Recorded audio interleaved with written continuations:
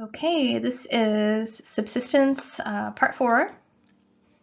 So we are going to wrap up with agriculture. And I have mentioned before that the way we use the term agriculture in anthropology is different than the way you would use it like in everyday language. So we define agriculture as the cultivation of food plants in soil prepared and maintained for crop production. It involves using technologies other than hand tools, such as irrigation, fertilizers, and the wooden or metal plow pulled by harnessed draft animals. So people aren't necessarily going to be using all of these things, but these are some features that can help define agriculture. Agriculture requires more labor than horticulture does and uses the land intensively and continuously, yielding more in the long term. All right, so we're going to talk a little bit about features of agricultural societies. Food producers are similar to food foragers in that they must be near their food resources. However, food producers must stay near their cultivated plots in semi-permanent or permanent settlements. Therefore, food producers have lived more settled lives than typically nomadic food foragers. So you can see how this eventually would lead to the development of villages, small cities, and then later big cities, okay?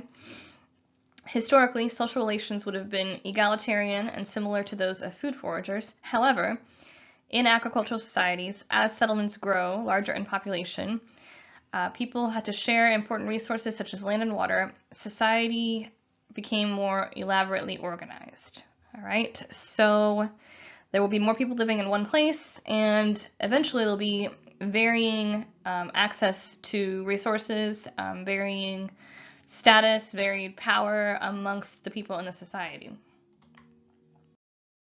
Okay, so as I mentioned, as agriculture grows, the population will grow, and some cities will turn in, villages will turn into cities, and so on and so forth. Markets will develop, and people will start having different types of jobs, as opposed to a foraging society or a society such as pastoralists or horticulturalists. People in those types of societies are more likely to all spend parts of their time in subsistence. In agricultural societies, oftentimes the produce of the agriculture, the crops, the cereals, whatever they're growing will support a larger population, and only some of that population will have to do the agriculture. Other people will do other things. So let's move on to industrial food production. We're not going to spend a lot of time on this. In anthropology, we tend to focus more on traditional societies, I suppose.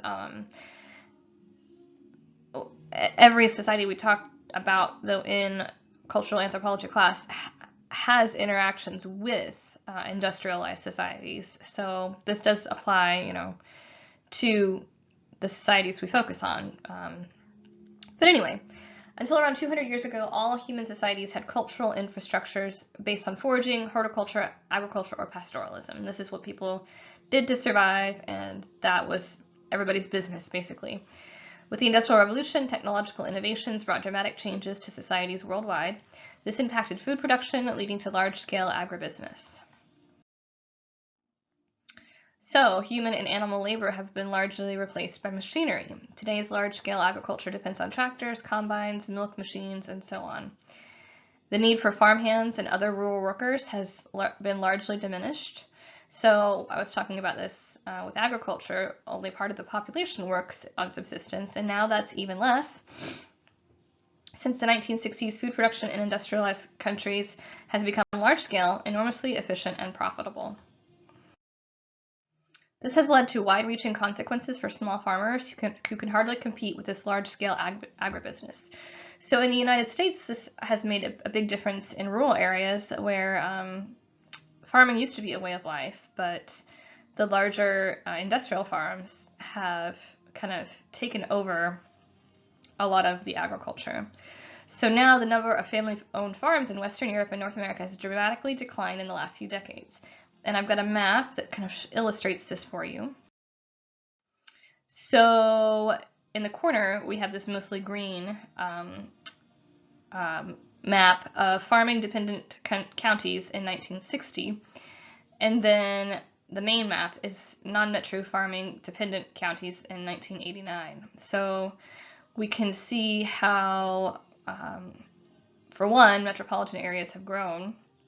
Two, the number of farming counties has decreased, okay? So that is pretty interesting to note. And it would be a great study or a topic for another class or a paper on how this has affected culture in the United States. But we're not talking about the United States in this class. We're most likely covering different cultures other than our own. So, but this is important to think about and realize.